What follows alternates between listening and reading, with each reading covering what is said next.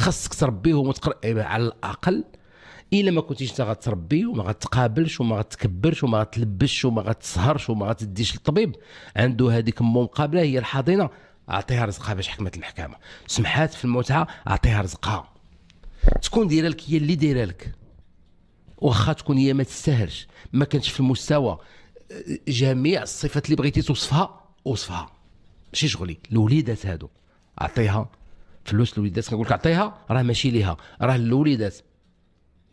وإلا كانوا الوليدات ما بقاوش قاصرين غتعطيهم الفلوس بين يديهم للحساب ديالهم كاع، ما تعطيهاش هي. الا كانوا قاصرين راه هي الحاضنه وهي اللي عندها الحق توصل ديك النفقه. فكيجي وكيقول لك انا كتسالني واحد 3 ولا 7 ولا 8 المليون وبغا تحجز لي، والله لا حجزت لي انا هذيك الدار اللي غادي تحجز لي عليها غادي نصيفطها.